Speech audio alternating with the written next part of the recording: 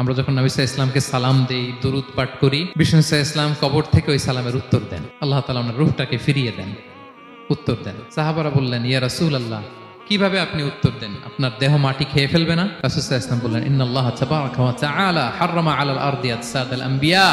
আল্লাহ তাআলা নবীদের দেহকে নষ্ট করা মাটির জন্য হারাম করে দিয়েছেন। কোনো মাটি কোনো নবীর দেহকে টাচ করতে পারে না, নষ্ট করতে পারে না। নবীরা কবরে জীবিত, সেখানে সালাত আদায় করে, তাদেরকে স্পেশাল রিজিক দেওয়া হয়। এটাকেই বলা হয় হায়াতুন নবী।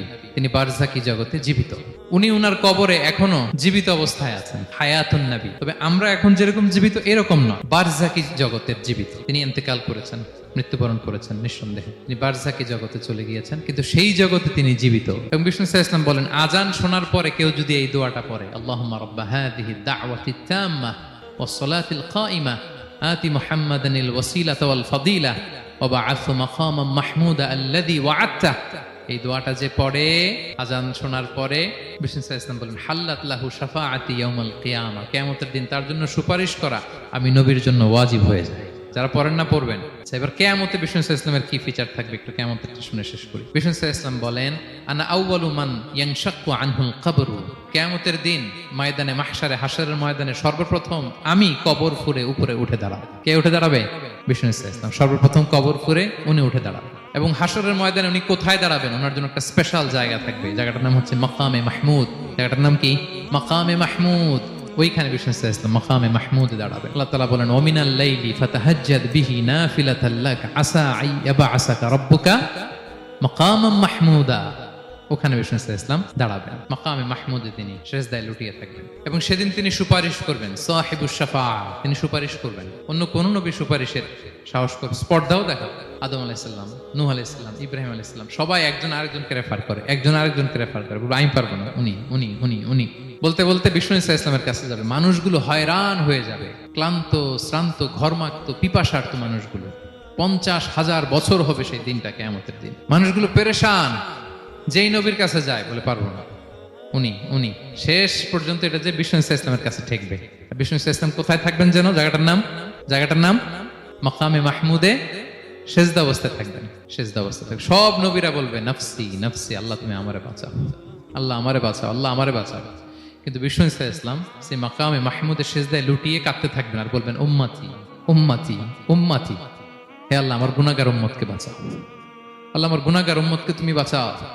কাঁদতে থাকবেন বিষ্ণু সাল্লাল্লাহু আলাইহি ওয়াসাল্লাম ওই জায়গায়।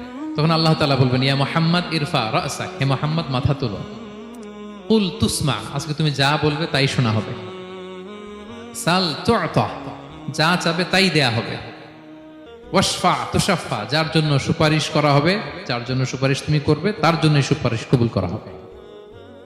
বিষ্ণু সাল্লাল্লাহু আলাইহি ওয়াসাল্লাম তখন সুপারিশ করবেন, শুরু করবেন, স্টার্টিং। তো বিষ্ণু সাল্লাল্লাহু আলাইহি ওয়াসাল্লামের সুপারিশ আমরা চাই কি চাই না বলেন? আল্লাহ তাআলা আমাদেরকে বিষ্ণু সাল্লাল্লাহু আলাইহি ওয়াসাল্লামের সুপারিশ লাভে ধন্য করুক, আমরা পড়ি আমিন।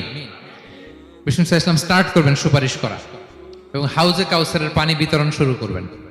হাউজে কাউসারের নাম শুনেছেন? ইন্না আ'তাইনা কাল কাউসার, হে নবী আমি আপনাকে কাউসার দিয়েছি। কাউসারের একটা ব্যাখ্যা হচ্ছে প্রভূত কল্যাণ, আর একটা ব্যাখ্যা হচ্ছে এই কিয়ামতের দিন হাউজে কাউসার দেওয়া হবে বিষ্ণু সাল্লাল্লাহু আলাইহি ওয়াসাল্লামকে। এটা কত বড়? বিষ্ণু সাল্লাল্লাহু আলাইহি ওয়াসাল্লাম বলেন, হাউদি মাসিরাতু শাহর, 1 মাসের দূরত্ব। এত বড় চৌবাচ্চা হবে হাউজে কাউসারের চৌবাচ্চাটা।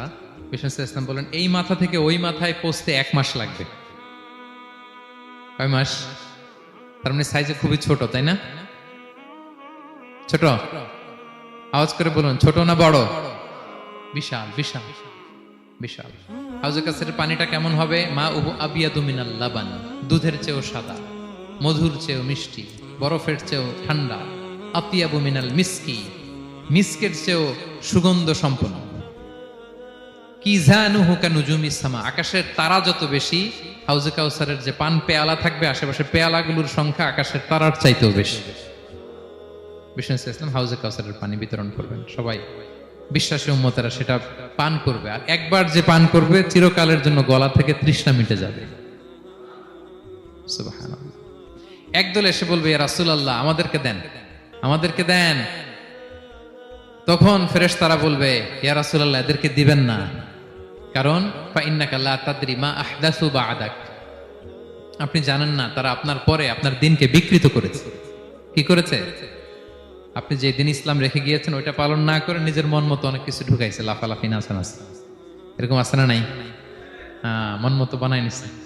হে নবী, আপনার পরে মন মতো তারা ইসলাম পালন করেছে, বিকৃত করেছে, আপনি তাদেরকে দিবেন না। নবী সাল্লাল্লাহু আলাইহি ওয়াসাল্লাম দিতে যাবেন, যখন এটা শুনবেন বলবেন সুহকান সুহকান লিমান গায়্যারা বাদি, দূর হও দূর হও, যারা আমার পরে আমার রেখে যাও দিন ইসলামকে বিকৃত করেছো, তাদের জন্য হাউজে কাউসারের পানি নয়, দূর হও।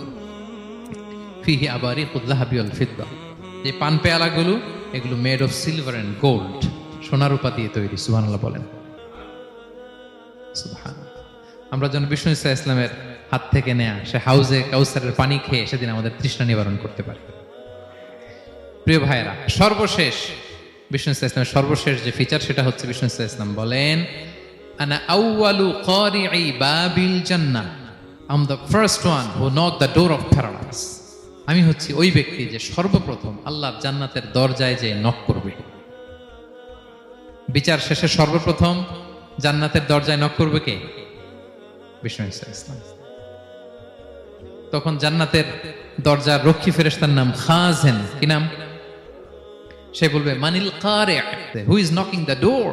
তখন বিষ্ণু ইসা ইসলাম বলবেন আনা মুহাম্মদ রাসূলুল্লাহ, আমি মুহাম্মদ রাসূলুল্লাহ বলছি। তখন খাজেন বলবে আহলান ওয়া সাহলান, আপনার জন্যই আমি অপেক্ষা করতেছি। আল্লাহ বলে দিয়েছেন আপনার আগে কারো জন্য যেন জান্নাতের দরজা খোলা না হয়। বিষ্ণু ইসা ইসলাম তার বিশাল উম্মতে মুহাম্মাদীকে নিয়ে জান্নাতের ভেতরে প্রবেশ করবেন। আমরাও যেন সেই সৌভাগ্যবান কাফেলার ভেতরে থাকতে পারি। আমরাও যেন বিষ্ণু ইসা ইসলামের সেই বিশাল কাফেলা একসাথে থেকে আমাদের পেয়ারা হাবিবের সাথে আল্লাহর জান্নাতে ঢুকতে পারি। আমরা সবাই পড়ি আমিন। প্রিয় ভাই, বিষ্ণু ইসা ইসলাম সবাইকে নিয়ে জান্নাতে ঢুকবেন।